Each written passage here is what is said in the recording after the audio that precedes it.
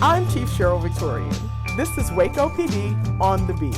Whether it's crime or just getting to know the Waco Police Department, we're here to talk about things that matter most to you. Hello, Waco, and welcome to Waco PD on the Beat. I'm Sierra Shipley, the Public Information Officer for the Waco Police Department. And I'm Janae Draper with the Neighborhood Engagement Team. And we are starting a new series here on our podcast, which is Never Quit, Never Forget. With the Special Crimes Unit. Yeah, that is the Special Crimes motto, if you will. It's what they go by and what they live by as they solve your cases. The one, of course, one of our most high priority cases is our homicide cases. We have a lot of cold cases within our department that have gone unsolved. We want to highlight those. To start, actually, though, we are talking about our most recent homicide this year that has gone unsolved. And when I say most recent, it's just the one that's this year, 2023, which is the murder of Jamerson Hawthorn. That was back in April of this year. It is the only homicide investigation that has gone unsolved. The longer that these cases go unsolved, the harder it is. So we want to highlight this one.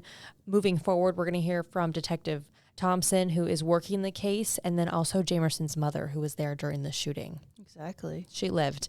And so we're going to hear from her later in this episode about what her life has been since that incident.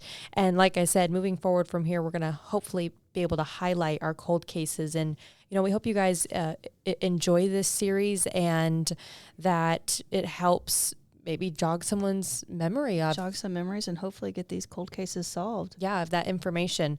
And we also have a list of all of our cold cases in our department. They're on our website. And you can actually go in and submit a tip for those cold cases. You can read a little bit of a bio about them.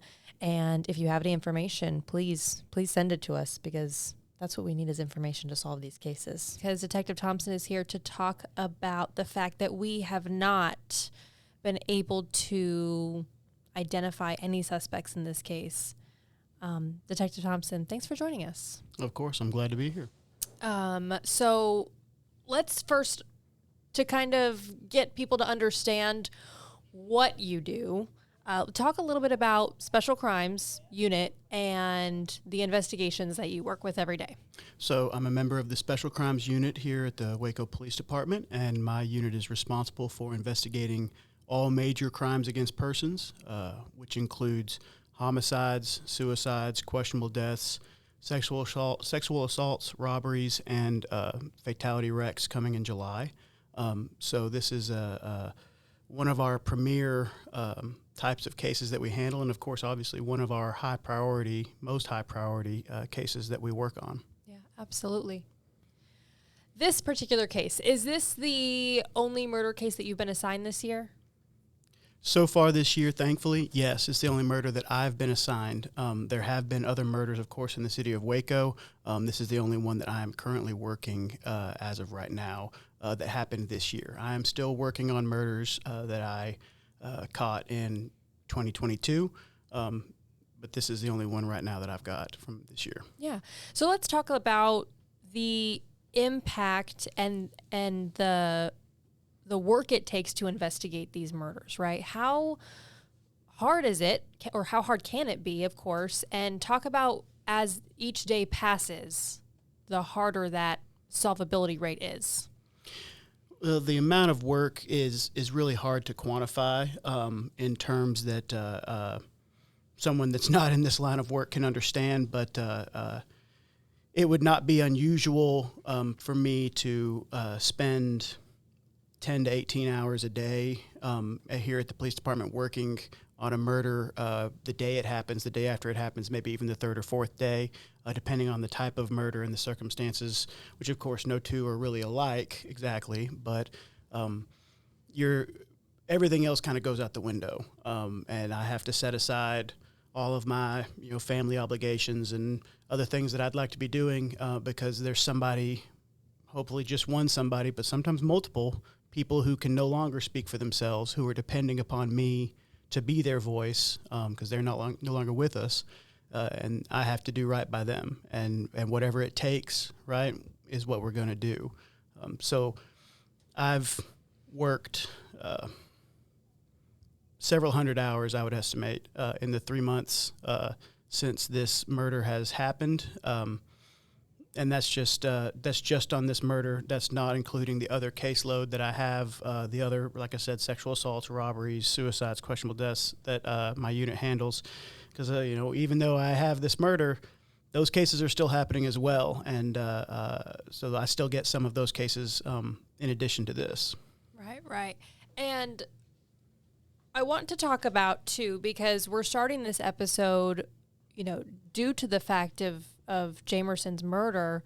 And I think it's really important that we talk about these murders that haven't been solved within the police department, right? We have we have a cold case detective in that unit that, kind of handles a majority of the cold cases that we get. And I feel like there's kind of a negative connotation to the word cold case sometimes. But can you explain to the community, what a cold case is to you guys and what it means to you guys?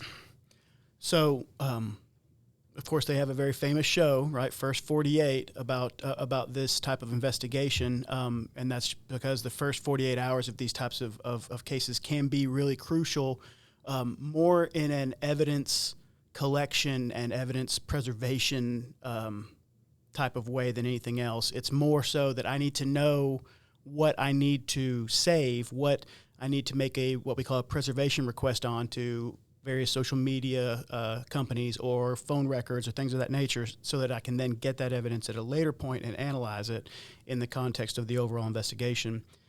So while it's not entirely accurate that, after the first 48 hours, a murder goes cold, that's not really true, but time is of the essence. And so for us, there's not really a time frame that a case would go cold after, but it's more so when the leads and investigative kind of channels and avenues run out. And when we've kind of walked all the way down the path and hit a dead end, no matter if it's, 2 months later, 3 months later, a year later, that's when we would kind of consider the case to be, air quotes, cold. But that's also, I think, a little bit of a negative term, like you said, because it implies that we've put the case in the freezer and just kind of locked it away. And here at Waco Police Department, that's not accurate. We have a dedicated cold case detective in my unit, and he spends his entire workday going over these cases that are not being actively worked and double-checking to see, hey, was everything done correctly? Is there anything else that can be done today using maybe new investigative methods, new forensic methods, something of that nature? Or most importantly, has someone come forward with new information, another witness or another person who says, hey, you know what, I heard a guy talking about that maybe 10 years after the fact, all of these things are being checked on regularly throughout our entire suite of cold cases. So it's not that they're stuffed in the freezer and, left like a freezer-burned bag of potatoes from 4 years ago, but more so that they're being checked on regularly, and he is really making sure that we have taken all available steps to look at these cases. Right. And I know Jamerson's murder, of course, has not gone to, be considered a cold case yet, but we are going to be in the future touching on those cold cases, those murders that haven't been solved, usually is what I like to say, murders that haven't been solved yet. And to hopefully bring more light to them, and maybe someone will come forward with information, which is what we're hoping with this podcast here for Jamerson and his family. So let's talk about the murder of Jamerson Hawthorn. Detective Thompson, let's just start from the beginning. What kind of detail that day for me? So April 19th was a fairly typical day here in the city of Waco, especially for me. I came to work. I was on call, so we take week shifts, Monday 8 a.m. to Monday 8 a.m. of being on call, and that means that whatever happens, a murder, a suicide, a questionable death, anything of that nature that requires a detective to come out on scene, well, that's your problem now, So I was just doing my normal work day, came home, and went to bed and got woken up by a call from my sergeant saying, unfortunately there's been a murder. Gave me the location, and I went to South Waco to the Kate Ross Housing Project to start investigating on scene. And when you get on an investigation, like you said, the first initial hours are the most crucial. So what did your job look like when you got on scene?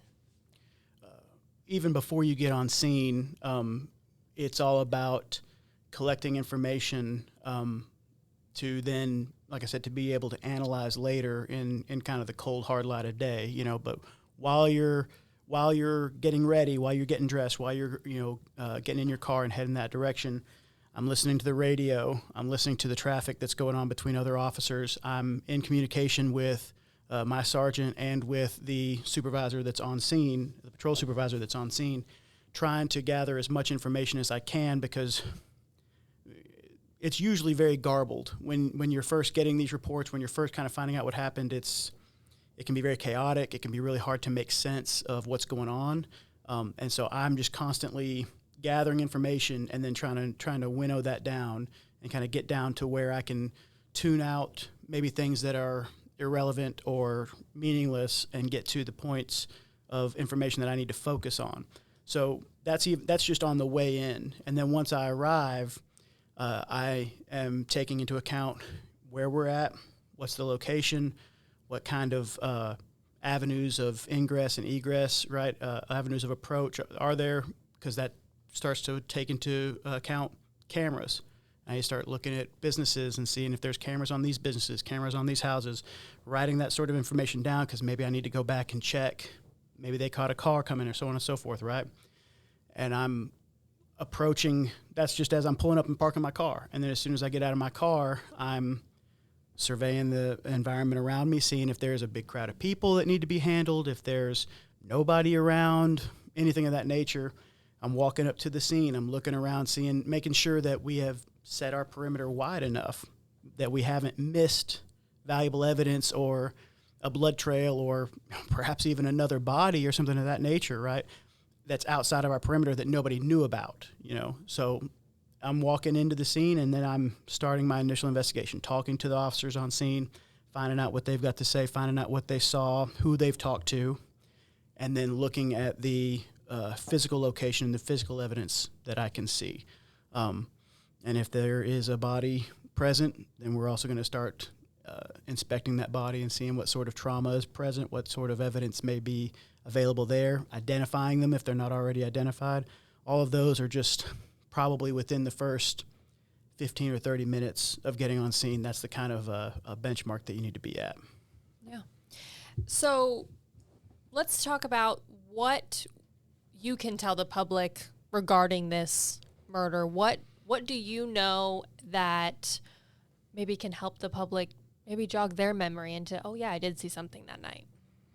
So this incident occurred around 11th and Cleveland, right in that area, at around 22:55 hours, around 10:55 p.m. on April 19th of this year.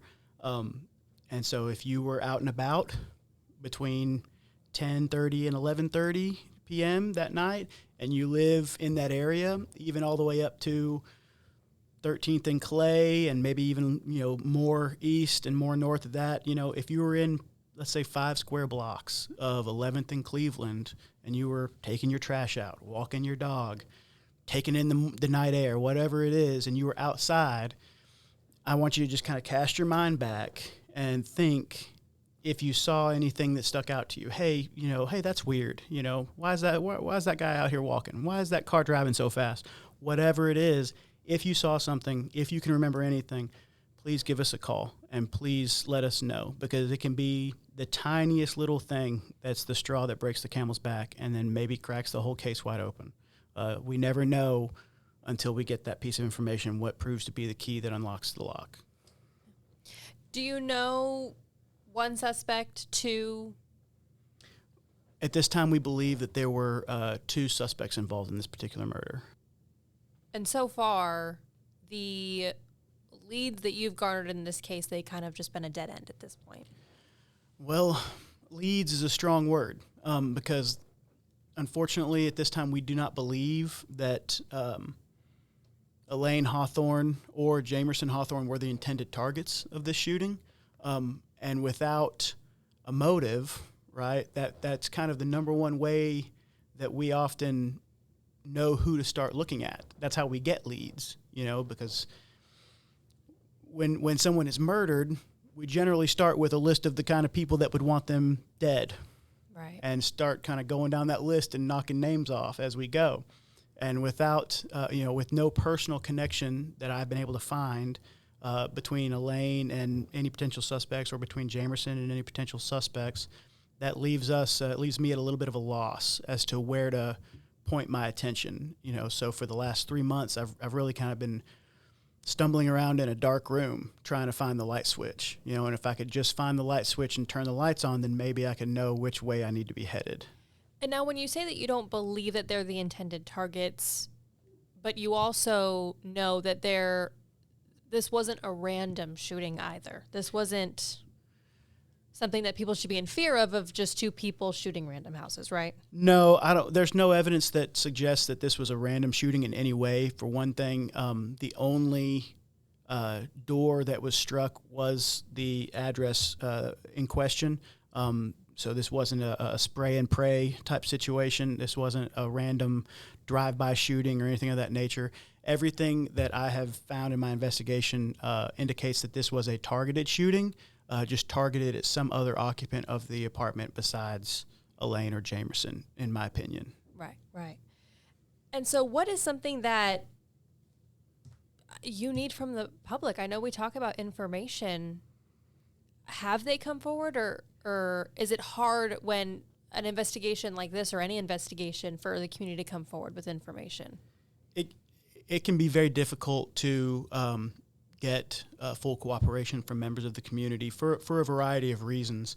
I think it's important for us to keep in mind that if you're going to come forward and talk about something like this that happened in your neighborhood, well, guess what?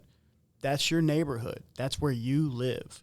And a lot of people are afraid of reprisal, right? They're afraid of retaliation because it's all well and good to go talk to the police that night, but then everybody saw you talk to the police, and you still have to live there. You still have to come and go and raise your children and go to work in that neighborhood.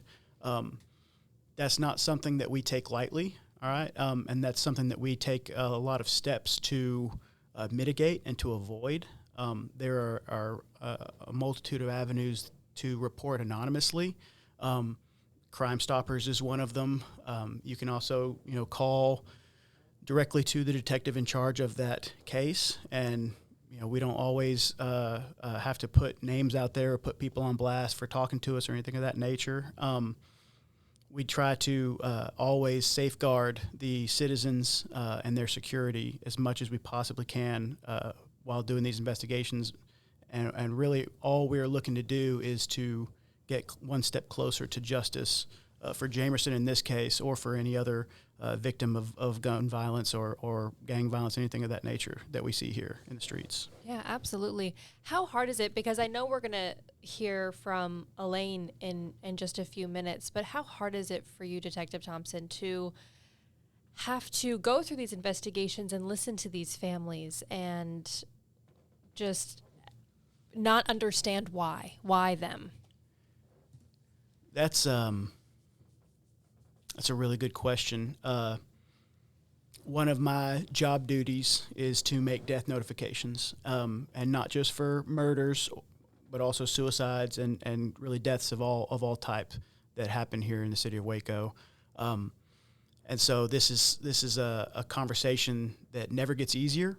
It never becomes automatic. It's never a simple thing, despite the fact that I've had that exact conversation with different contexts, not always violent, not always, suicide, but sometimes just medical or natural. But I've had that conversation of telling someone that their loved one is dead dozens of times.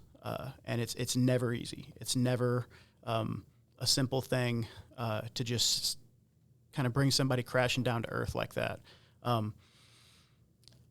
But our job, our responsibility is to be the rock kind of in that moment, right? Because they're the family members, when you deliver that hammer blow of your loved one has died, is dead. No euphemisms, no beating around the bush. This is the reality, right? When you wound somebody like that, right, they're just adrift and just in a sea of emotion, right? They are on the waves, and you kind of have to be the rock. You kind of have to be the sponge and soak up all of that raw trauma and emotion and stress that they're giving off. You have to sit in there with them in that room, Right. and just be there for them. And it's really difficult, and it requires a lot of skill and a lot of experience to navigate that. But that's what we're called to do, and that's what we in the Special Crimes Unit and at the Waco Police Department. That's what we will do for every victim, regardless of the circumstances. That's what we're here to do.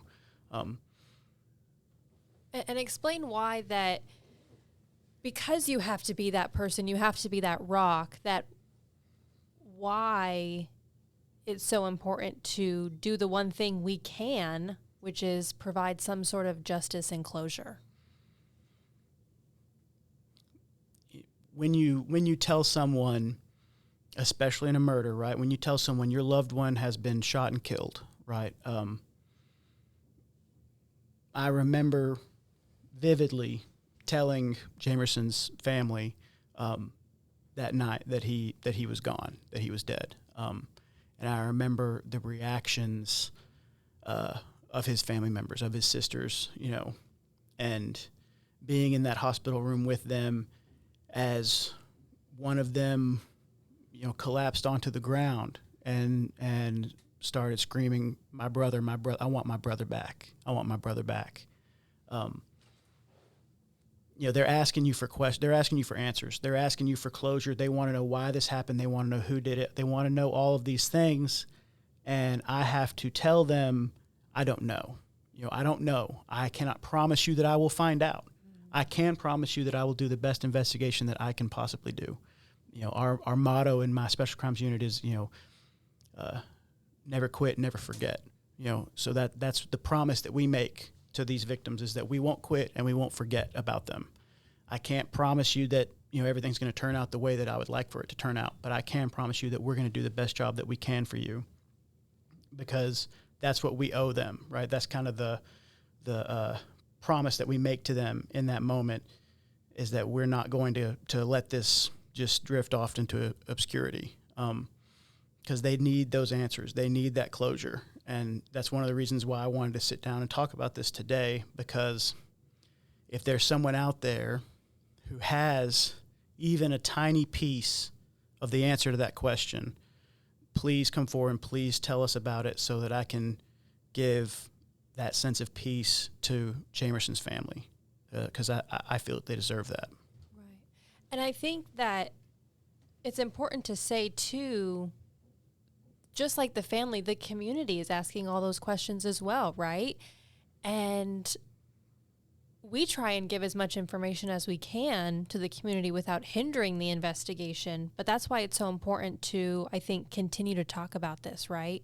To let the community know that, hey, we haven't forgotten about it, and we don't want you to forget about it either. Yes, that's very true. I understand that it can be troubling for the community to kind of hear long periods of radio silence about these types of investigations. I wish it was like CSI or NCIS, where 3 commercial breaks and an hour later we've got the guy. That's not really how it works in real life. Sometimes these investigations can stretch out over many months, years. But that's the kind of long haul that this department is in for. That's the kind of commitment that we are going to have to every single one of these types of cases. This one in particular has been going on for 3 months, roughly, at the time of this recording. And there's not really an end in sight. But that's still the journey that we're going to undertake with Jamerson's family and with the community, hand in hand, asking for cooperation, asking for us to work together to achieve the final end of getting justice for Jamerson and for Elaine. Well, before we bring Elaine in to talk, I just want to give a few things. So please call our department. That number is 254-750-7500 for anyone that has information. Another phone number, if you want to give an anonymous tip, which is to Crime Stoppers, that's 254-753-HELP 4357. You can say anonymous when you send in that tip. It can also be done online. And if that tip leads to an arrest, you get an award up to $2,000. But Detective Thompson, is there anything else that you want to say or talk about before we bring Elaine in? I would just like to thank the community for the trust that they put in our hands every day. And I hope that they believe that we have their best interest at heart, because I really do feel that we as a department and the Special Crimes Unit in particular are going to do everything that we can to keep the citizens of Waco safe and to find justice for the people that are affected by this type of crime. All right, and we are sitting here with Elaine Hawthorn, one of the victims in this shooting, and her friend, Linda Chambers. And we just wanted to provide the community some information from Elaine's point of view. I'm sure that was a pretty scary night for everyone involved. And Linda, I know you were there. Yes. But you had just left, right? Yes. So talk a little bit about that before you had left. What was the night like? We were just having a good night. We was upstairs watching TV, then we came downstairs. We was just laughing and joking. So it was about 10 o'clock. I said, well, I need to go home and take a shower so I can get ready for work in the morning. As soon as I walked in the house, that's when I heard all the shooting. And you live right next door, correct? Or a neighbor Around the corner. right around the corner. Okay. And Elaine, talk to me about what that night before the shooting. What were you feeling beforehand? We was happy. We had held a conversation. We had a family conversation. I was in my room. My son came in my room. My daughter. We was out talking. He was saying, "Mom, I got plans. My friend coming to see me." His friend. One of his friends was supposed to come that night and visit him. He didn't show up. He said, because his car stalled on him. And I was like, you know what? I said, I'm gonna get up. I'm gonna come downstairs, and I'm gonna let you do my hair. You hadn't did my hair in like 30 years. So he does hair? Yes, Oh. he was a stylist. Oh, okay. And you didn't get out of his chair unless you were polished. And what I mean by polished is, if it didn't look good to him, you was not getting out of his chair. So he gonna try till he get it right. So I said, well, I'm gonna go downstairs. I went downstairs. And I said, I do my hair myself. I was doing it myself. He said, I'm fit to do it. So he started doing my hair. In the midst of that, he went up the stairs, came back down. Linda, like I said, by 10:45, she had just went out the door. But prior to that, we was just having a good night, cracking jokes and everything, because he started sewing stuff to my head. I said, you trying to tell me you done cut me or something? We were just, just having fun. Yeah. He said, Mom, I should have recorded you. I should have recorded you. We was just having a good night. And he was on the phone talking to one of his friends in Dallas. And the person on the phone, he just heard all of it, because he said, like, I never hung up. He called our family members in Dallas to let them know what was going on. But before all of that, we was having a good family time. Yeah. It was just laughter and love and everything in the house. Yeah. I mean, and we hadn't laughed like that in a long time. Yeah. And so you guys were downstairs, and it was just you and Jamerson Correct. there at the time. And so Downstairs, yeah. And so when you guys started hearing the bullets coming through the apartment, what was going through your head? Did you even register what was happening? No, actually, we heard it was just like a pat. See, the baby was downstairs. We thought he was just throwing his cup downstairs. So I looked, we both looked toward the stairs, finna get ready to tell the baby, boy, go back upstairs. Before we could do that, I looked in there, because I have a fish tank. It has a mirror in it. Mm-hmm. And I seen some glass breaking. I was like, what it was showing me was a reflection from the picture that was hung up by the stove where the bullet first hit. That's what was breaking. Wow. And then about that time, I felt my side. I said, wait a minute. And I looked at my front door. I said, somebody's shooting. And my son said, I'm shot. He said, what? So I grabbed him by the arm. Mm-hmm. and he was trying to run out the back door to go get our next door neighbor. And all this time, so by that time I reach up, I grab my phone, and when I reach up to grab my phone, that's when I looked over, and that's when I seen him just spewing up blood. And he got hit. He started spewing up blood. When he turned, he got hit again, and he just fell over. He fell over. It was a chair right there. He fell over. That chair broke in two and spent him around back toward me. And he just fell down to my side, and I immediately just started trying to administer CPR, but I couldn't flip him over, so I started calling for my daughter to come and help me, because I knew that, because I'm disabled myself, that I couldn't lift him up or flip him over. And she said, "Mom, I can't do it." I said, "Well, go get the neighbor, and that's when the neighbor came. And by then, that's when everybody started coming outside once they heard the ambulance and all of that. And that's when I really didn't pay attention to how many people came or how many people pulled up. But all I know is when they took me outside, that's when I seen everybody. But it was horrible. It was a mother's worst nightmare. I am You so can't sorry. imagine having to do CPR on your child, and I didn't even know how bad my injury was. Oh, that just breaks my heart for you. I am so sorry that you have to go Relive through that and every day Yeah. in my mind, in my sleep. I just want to see my baby just come around the corner, smiling and happy as he was. He was always smiling. We were not the people that bother nobody. Only way we met you is you had to walk by my house. You had to walk by my house. The only way to meet us. That's the only way you go, because we didn't go to nobody's house. We didn't bother nobody. We was always at home. If you seen us at the grocery store, you seen us at the grocery store. But other than that, I know where you stay. I said, you probably do. I don't know. But just to relive that tragedy over and over again. And we didn't bother nobody. My baby did this.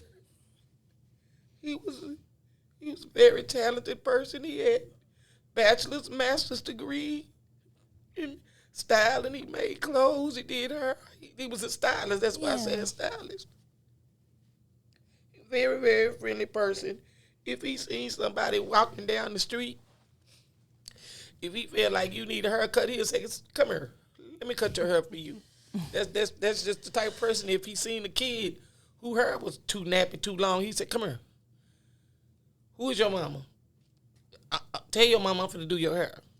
That's just the type of person he was. Yeah, he's a giver. Yes, Oh, my He goodness. was. My goodness. that he was.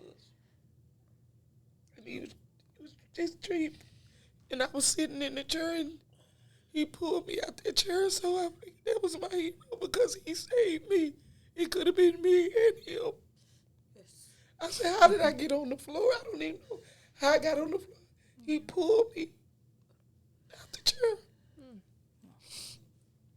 My goodness. No, he died a hero, didn't he? Yes. Oh, my goodness. And that was the last song I sung to you. Did you ever know that you was my hero?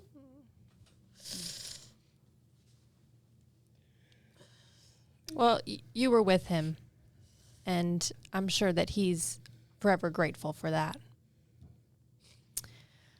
How has it... Well, before I talk about, what you hope for, can we talk about Jamerson for a little bit?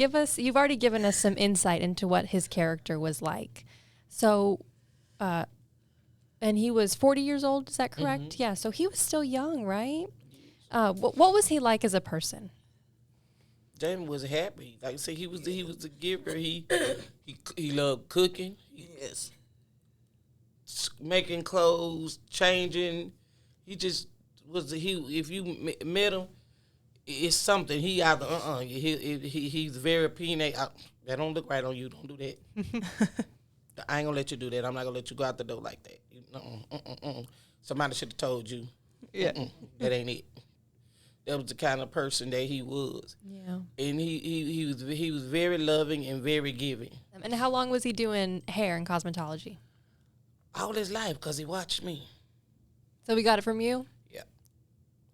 Yeah, he picked it up for me. Yeah. And then you let him do your hair, so it sounds like he did a good job. Yeah, because I don't I ain't let nobody do my hair. I'm the only person done my hair. Yeah. And he was the only person I let do my hair. Right, right. And I know we've talked about his character, but just to say it again, like, it speaks so much of, like, how much he valued, like, you know, just people in his community or surrounding, because you said, like, many times that he might see kids, and he would be like, no, I'm doing your hair, or wouldn't let you go out like that. Like, he valued, you know, people enough to be like, hey, let me take care of you. Let me help you out with that. So that speaks, I mean, I know, you know, we talked about his character, but that speaks huge. Absolutely. Of someone, too. Absolutely. And he was trying to teach his sister how to do her as well. He was like, okay, y'all, you playing around. I ain't going to be here. One time you gonna need to know this, which we always say that because I've always told him that, hey, you better get in here and learn how to do this, especially cooking, holidays, stuff like that. I used to be the cook, and I haven't had to cook since, because I was in a bad car wreck myself, and I hadn't had to cook because he got in the kitchen and he learned. Wow. What was his best thing that he's ever made? Or what was your favorite dish that he made? Shepherd's pie. Oh, Oh, that sounds so good. And I'm going to cook that this week, too. I like that. My son-in-law asked me yesterday, talking about, what's that thing with the ground meat at the bottom? And I said, shepherd's pie. Mm-hmm. He said, yeah. I said, okay, I'll cook one this week. Because he knew that that's what my son cooked. Yeah, That was his favorite. Mm-hmm. Mm-hmm. Oh, my goodness. Oh, my goodness. And did he live with you, or was he just visiting? He was actually visiting, going back and forth to Dallas. But Okay. and when I got sick, real sick, last year, he just finally moved in. Because I needed, because I need surgery on my knees, and I wasn't able to be mobile. Yeah. So might as well say he was my legs. That was my legs. Since my legs been gone, all I've been doing is just, I can't do nothing but sit there. I can't stand long. And my daughter can only do so much, because if she break a fingernail, it's over with. She ain't doing nothing else. Well, And he also did nails, too. He did Oh, nails, my hair, goodness. he Wow. did everything. Oh, my goodness. That's amazing. Well, and I'm sure, too, that he has been gone. People like Miss Chambers, they've helped you along. How grateful Oh are you? yeah, this my A1. This is my A1 day one since the day I met her. Me and her been close friends since I've been severely ill. She has been by my side, and I love her for it. That's my best friend. Yeah. Miss Chambers, how hard has it been to watch your friend have to go through this? Very hard. Very, very hard. I got to pass her door every morning to catch the bus to go to work. It's very hard to pass her door. It's very hard. Yeah. I haven't only been there once, and I haven't even went in. That chair y'all talked about is still there on my porch. I just sat there, and I haven't been in the door at all. No. It's hard. It would be hard to go back. It is. Mm-hmm. It is hard for me to go back. I want to go back, but I can't, because I be done stressing myself out and panicked out and be done had a stroke.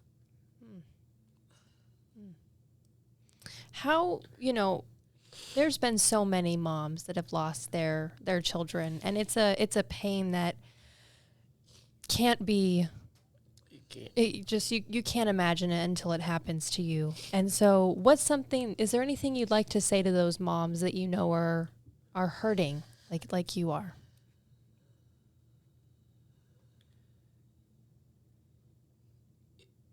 It's a lot you can't say, and it's some things that no words can help heal that empty void, because you look and you say something, and you want to say something to your child that you know they usually be there, or you find yourself doing something that your child did, and you say, "Didn't I tell you?" And you have to realize they're not there. Mm-hmm. It's just like an empty. It's a room. You can put furniture in it, and then you can take the furniture out. It's still a room. Right. It's just an emptiness that you can't feel.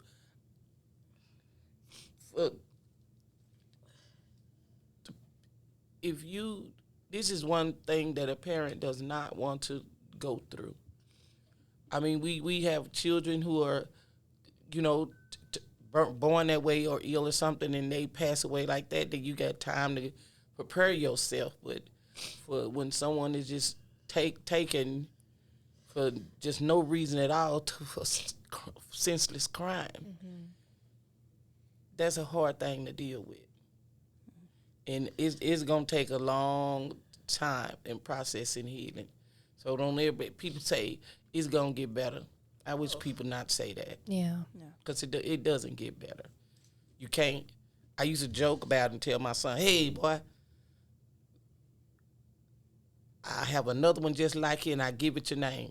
Dad, I'm going to fix it." But that's just what I just used to tell my son to keep them out of trouble. Mm-hmm. Yeah. You ain't going to have no another me. You right, because I'm not. That's right, yeah. That's the bottom line right there. Can't have another you. Mm-hmm. I can't have. Jamie was who Jamie is. And I love Jamie for being who Jamie is. Jamie was 2 years old, didn't want a speck of dirt on him. 5 years old, I gave him a Barbie doll to play with. Why you letting your son play with dolls? I said, because one day he gonna have sisters and he gonna have to do their hair. There you go. And that is exactly what happened. And that is exactly what happened. He lived his life. He was just like, "Mama, I'm so happy now." He was like, "Mama, I'm just so happy." He was like, everything is falling into place, and I'm just so happy. He said, "Mama, thank you for you moving down here and getting me down here." He said, I just feel better now. He said, because he already had anxiety, because so much in this world, so many people, some evil people, something wrong. Why do you feel like that you could take a life and it's okay, and it's not? Mm-hmm. No. It's not okay. You don't, not only the person whose life you've taken, it also, they don't know it affects their family as well. Because if you get locked up, who got to put money on your books? Yeah. Now you're going to take from your family, from something that you did, to somebody else's family. I wish people would stop and think like that, like, hey, before I go do this. But they don't. They don't. Yeah. We know that Chief Victorian, she's talked many times about how taking a life is not worth any type. It's just not worth it. It's not. And this is, that you sitting here and talking to us is one reason why it's not worth it, because it's so hard to hear your story and know that the pain that you and your family has gone through. Was there any... Going through the whole neighborhood, the whole community. Exactly. Everybody's impacted by it. If you come through our neighborhood right now, the kids are no longer on the playground. Them kids, when them kids come outside, when they see me sitting outside, because they knew Miss Hawthorn is outside on the porch. They call me Mama Red. Mama Red on the porch. We're going to go outside because they know I'm going to watch them kids with my switch. But I'm going to watch them kids. Make sure ain't nobody fighting nothing. Just enjoy yourself. Enjoy life as a kid, because I wish I was a kid again. Right? It goes by fast. Got to pay no bills. Ain't got to waiting on mama to call me, say, "Come eat." That's it. And that's that. And the people, you don't. That's preciousness. To watch kids enjoy themselves and laugh. The children in our neighborhood, them kids do not come outside unless they see me sitting outside on the porch. Then they come outside, and then when I go in, them kids go in. They do not. They know the neighborhood does not stay outside long. You can right now. You can hear you come through. You can hear a pin drop. The whole neighborhood is upset because they was like, who did this? Nobody seen nothing. And that's one thing that we're talking about here is the fact that Jamerson's case hasn't been solved. And I know our detectives are working tirelessly and going down every avenue they can to find the suspect or suspects involved. I mean, how does that play into your emotions in your life, knowing that each day is one more day? I'm scared. For the furthest I go is to my porch, and mainly because the police substation is right there, and I come out the house. I go to the grocery store once a month. I that's it, and it terrifies me to not know, to like, they may know what I look like, but I don't know what they look like. I don't know if whom the person or persons are decide, wait, hey, maybe we didn't finish the job. I don't know if I was a target. I don't know if my son was a target. We don't know. And it's very, very scary. That's why the whole neighborhood, the whole community is like, everybody sleep every night in fear. Half of us don't even sleep because I don't sleep at night. I sleep when I go to sleep when the sun come up. And that's a terrible thing for somebody my age not to sleep at night, but I don't. Because I guess in my mind, I'm thinking I don't want to keep reliving that night, but it's something I'll never, ever, ever, ever, ever forget. I mean, these are some of the worst crimes that our department and our community has to deal with, right? And so what's something that, as a mom, as a community member, what's something you want to say to the community or, people out here who might be choosing a life of crime or thinking about, well, maybe it's just better if we use a gun, but it's not, right? What's something you'd want to say to them? Don't do it. It's not worth it. I put it like this. If you wouldn't want your parents or one of your loved ones to go through something like that, stop, think, don't even do it. Because I got a problem. Once they said 21, you can carry a gun, I was done. I was done with the streets. I said, no. I said, I ain't going nowhere. I don't even like when my daughters leave and say, Mom, we going. I pray the whole time they gone and pray till they get back because it's just don't do it. Don't go and affect someone else's life because it's like playing the game of Lego. Once you build them Lego blocks up one blow, all the bricks start falling down. And you said it earlier because it's not just the victim and the victim's families they're affecting. It's also their family as well that's going to have to pay the price. And some people don't stop and think about that. That's your own family that's going to also have to suffer as well. Because not only is the victim going to be missing their loved one, your family also going to be missing you. Yeah. You're being taken away. Yeah. And I don't know what's wrong with this with the world today to feel like, oh, free him.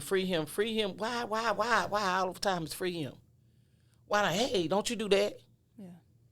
Then you don't have to scream free you. Everybody don't want to put their loved one's face on the T-shirt because that's all I got is a T-shirt. And I keep it hung up in the bathroom so I can see my son's face because normally that's how I would meet him every morning and every night. He'd be like, Mama, we meet at the bathroom like clockwork.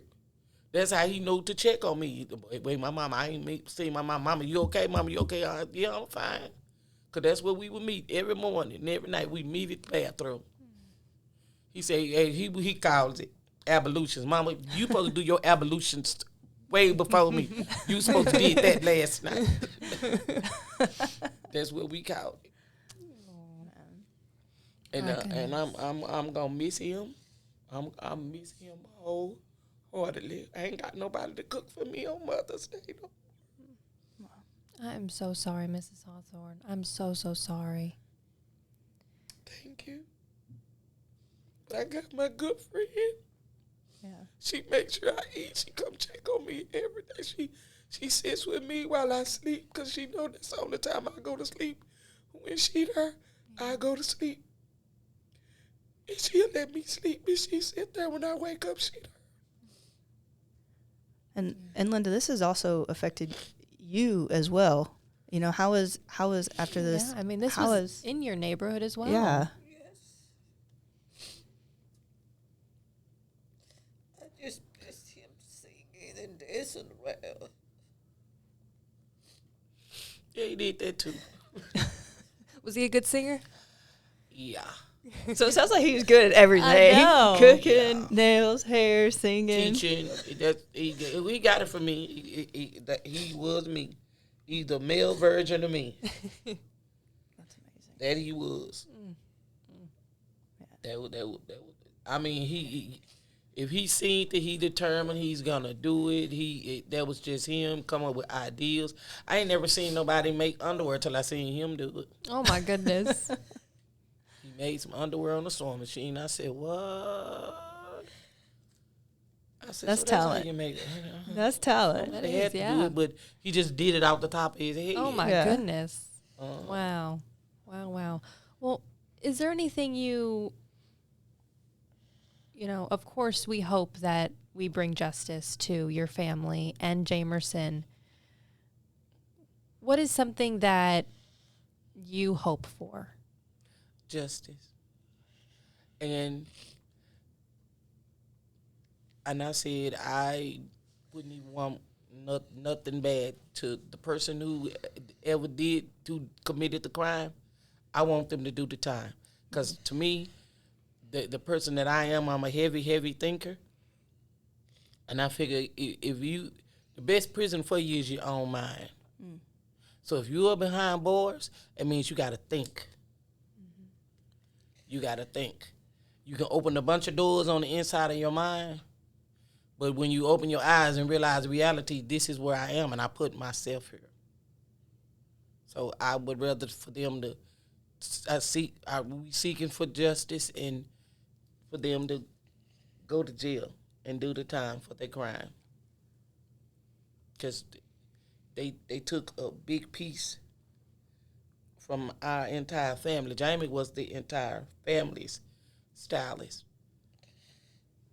A lot of people wanted him to come work with them, but he was like, "Nah, Mama, I don't want to work for nobody." I can understand that because I ain't never want to work for nobody because I also did her as well. That's like I said, that's where he got it from. And I'd rather make my own money and not nobody tell me how to spend my money. But that's just how he was. But didn't mind working because he like I said, he followed in his mama's footsteps. He was restaurant manager. He worked at Hudak. He was pretty much say like he was running Hudak, which was a daiquiri place.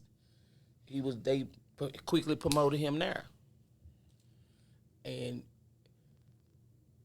I'm just gonna miss him with every fiber of my being.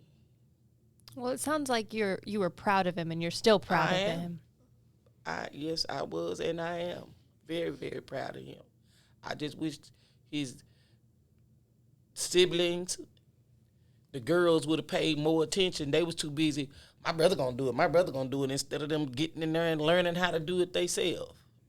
And because he would have blessed them with some beautiful gifts if they'd have sat down. But no, they said, "Oh, we just buy it. Let our brother do it. We just buy it for our brother, and he gonna do it." Cause he was before all this happened. He was trying to teach everybody something. He was trying to teach them how to cut hair, how to do hair, how to set hair. He was just trying to prepare them, you know. Cause he was 40. Y'all young. Y'all 20s. Y'all need to learn this. Cause he learned at an early age. Very, very young. To know him is to love him. To know him is to love him. My goodness. Well, I am sorry that I had to sit here and talk about this. It's so unfortunate and sad that your family in this community has to be impacted in this way, and hopefully we can bring justice to this family, and that's why we need the community's help, right? Right. We need those people to come forward, and if they have information to give it, because there's someone out there that knows what's happening. Seen something. Anybody seen anything? Seen a car, a tail light, a headlight. Seen the height, a glimpse of skin color. Anybody seen anything? If they know anything, please come forth, so the community can have some peace and clarity, so the community can thrive again. Like I said, the kids, we got kids who are living in fear, small children that should be living their life. I got a 7-year-old granddaughter. She was there, and she keeps saying, when is Uncle Jamie coming back? And not, baby, Uncle Jamie is not coming back. And she be like, but I loved him though. And she did. He called her his noodle. And she was there, and she was like, she still doesn't understand, but the kids know what happened. They go by the door and they look at the door, and they like, wow, and everybody that cuts the corner say, we miss seeing him sitting on the porch smiling. That's all we can say. His smile. We remember his smile. Because they like we never seen him have a bad day. We never seen him upset. Because you only seen him on the porch. That's as far as we went, the porch. Yeah.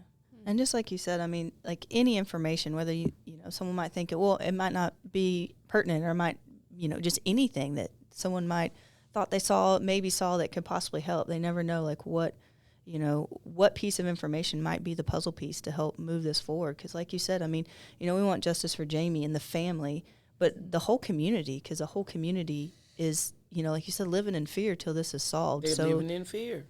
Your one piece of information could be the one that kind of helps these kids and the family get what they need to kind of take back their family. Because nothing will ever bring Jamie back, and that's, nothing we can say or anybody can say can fix that or fill that void.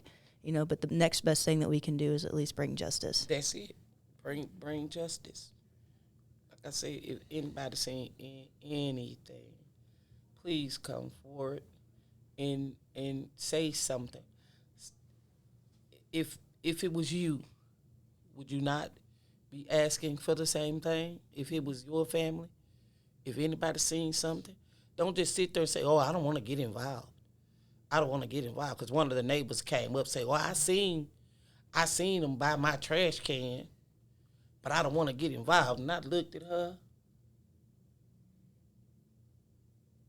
Yeah. You seen? She said, and then that's when I called the police. Okay. Thank you. But I was already on the phone with him, but thank you. Mm-hmm. But if you seen something more than that, if you don't want to get your name involved, that's fine. Just call. Say whatever. If you seen a car, call. Yeah. They're not gonna know who's calling. They ain't gonna know nothing, because if they seen you and you didn't, if you seen them and they didn't see you, then that should let you know you're fine. Yeah. Yeah. We at the police department take anonymous tips all the time. We also have Crime Stoppers as well. If they're scared, that you remain anonymous through that, if you report it through Crime Stoppers as well. So anything that you feel might be pertinent. Right. And if you do it through Crime Stoppers, if that tip leads to an arrest in the case, you get rewarded. Correct. So, yeah, up to $2,000. So, I mean, that's just one more thing to think about if you guys if anyone has any information out there. Well, Elaine and Linda, thank you both very much for sitting here. And I'm sorry again that we had to have this conversation. No one ever wants to have these conversations. Is there anything? Ever. Is there anything else that you guys would like to say? No. Please help. Yeah. The community is grieving. The community has had a great loss. Just please help. This was It's his gonna take the community, community. you know. This is his community, your community. Like, we're asking, you know, help from our community to help with this. Absolutely. Because I don't want to keep living in fear, and I've never been scared of nothing in my life. But I'm scared for the children, and I'm scared for myself. I shouldn't have. And they said, don't fear no man but God. But God, you got some idiots down here.